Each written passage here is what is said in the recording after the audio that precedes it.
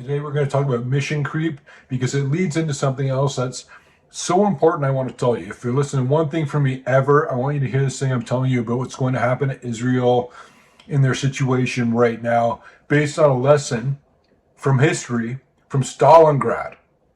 I'm also going to talk about oil prices, what's going on with that. And you can see the silver squeeze has begun. I'm going to show you that it's absolutely begun now, and it's actually paying off, and it's going to keep on going. I'm going to show you a bunch of charts and information about that to prove out what I told you was going to happen, that it's proving out.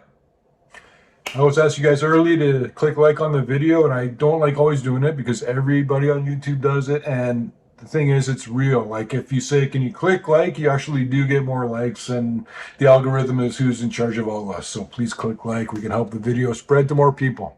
So let's talk about mission creep. Now, don't think of it like mission creep like when we were in Iraq, and there was a period of about 14 days, I think, or 12 days where they're saying, yeah, it's to liberate the Iraqi people, to help them. And then it changed back to weapons of mass destruction, and it went back. Like, they're just trying to find a message that resonates with the population so that they can take the actions that they're already going to take. And there's a lot of mission creep going on right now with everything with Iran. A lot of what is the strategy? What's the outcome? What looks like victory? What do we have to do? Is it regime change, or are we trying to just take out the deep nuclear reactor site, or are we trying to take out the entire Iranian ability to strike against Israel? Don't think of the point or the mission of any military event right now. Don't think of it like, oh, what we're doing there is changing. Think of it more like, oh, people aren't resonating with that message well enough for politicians, so now they're talking about doing that. Which reminds me, make sure you get to the part of the most important thing I've got to tell you. I wrote a thing for Peter Leeds subscribers yesterday, and it's one of those things where once in a while I just go, you know what? Everybody needs to see this. What's going to happen with the entire war between Israel and Iran, just like we've seen in the past before. Let me explain it to you. And don't forget, we're going to talk about silver and oil prices and the effects of that coming up. But let me tell you about Stalingrad. More soldiers died in the battle for Stalingrad, that's one city, than all of the war dead from all of the Allies combined for the entire war. And up until this point, Germany had just been running everybody down. They'd already gotten France to surrender, they're bombing England, they've got Fortress Europe. They just kept on winning and winning and winning. They were a superhuman army, and they were taking drugs. They're basically an army with the top weapons, and they're on fentanyl. But the thing is, and this is the important part here, all of Europe compared to Stalingrad, all of Europe had more to do with big, wide open plains, flat areas. The air war made such a big difference. It's a lot better for the aerial bombers. So the Germans start going towards Stalingrad, and the Luftwaffe says, you know what, we'll take out a lot of the city, we'll reduce it to rubble to help pave the way. So they bomb the city into rubble, and this is the point that relates to Israel coming up. They bomb the city into rubble, and then the Germans advance into the city. They're just among the ruins and broken concrete, just shooting at a bunch of Russians who are also in the rubble. It's an even fight now all of a sudden. The impressive victories up until that point became meaningless. Soon enough, Stalingrad broke the back of the Nazi war machine. Why? Because now the battle point was among the rubble rather than in the open fields, which favors the German Air Force and German Panzer divisions. But here's the point, though, as I lit up and I wrote in big, bold letters, increased the font right across the middle, I said, exactly. My concern is that a similar path is playing out right now for Israel. What do I mean by that? We've had such a dominant showing from the Israeli military so far. They've got complete air dominance. And to some of them, I feel like the victory is wrapping up fast. It'll be over soon, that maybe we can all take a breath of relief. Maybe this conflict will be a short one. But now, the United States more clearly might get involved in this war. And that is the point where you go from driving tanks on the open plains into crawling around in the rubble trying to avoid snipers. As soon as America gets in the war, and I'm not making any comment about what should happen or what they should do or what I believe, I have no horse in this race. I literally just watch and observe and try to do what's best for myself and my situation based on the reality of the earth. So I'm not trying to suggest anything, but I'm saying if America gets involved in the war, that changes everything in an instant.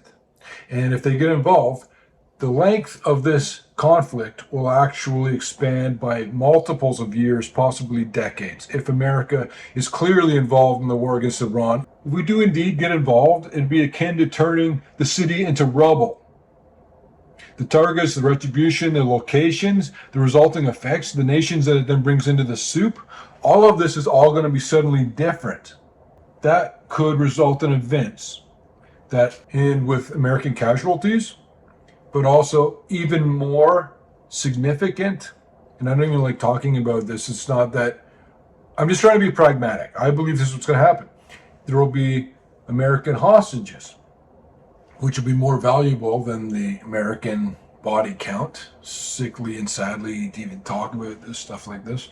But I did go on to say that there is a best case scenario if the regime collapses really quickly, and it's just a temporary vacuum of power for a couple of months while we try and get things back on solid ground. But, and here is the whole point. I wrote and I underlined it and I said, if America gets involved, underlined 100% certainty for sure. And they always say, never say 100%. I'm saying 100%.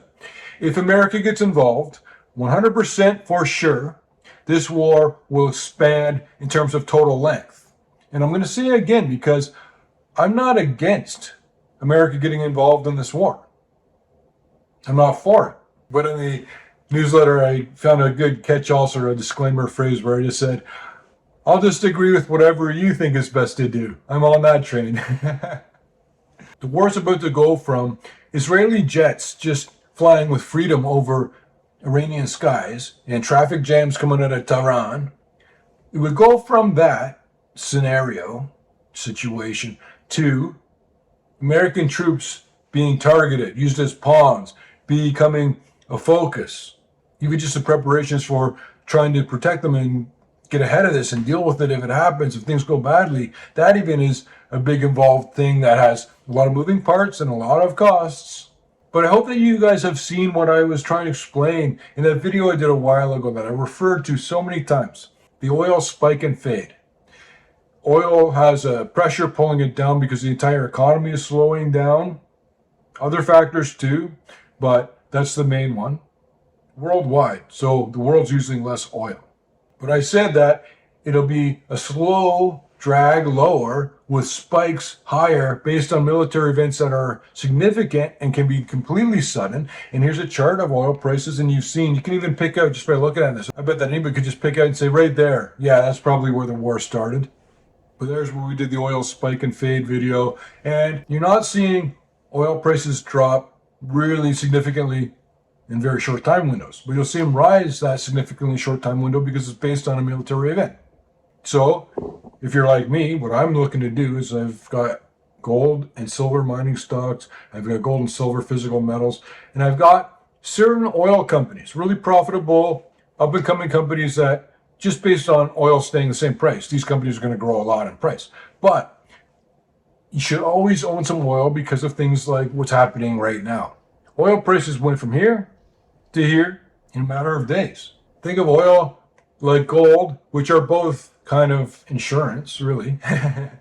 Maybe that's why I like them. But here's a chart of silver, and if you go here, I've done so many videos about silver over the recent years, and here's silver squeeze 1, 2, 3, and here's where silver prices have gone now. That's rising faster than gold, and nobody's talking about it. Gold prices have had the fastest increase that they've ever had in the history of mankind, which I called a decade or more ago. The actual quick rise, not just the fact that it was going to increase in price. Of course it increases price. Gold always increases in price because the value of the dollar always declines. But anyway, if you guys have been around with me, you know what to do about it. You know how to take advantage of this, specifically the silver squeeze, which is just getting started. And people came to me all the time as gold was making its move. And it's still just getting started too with gold.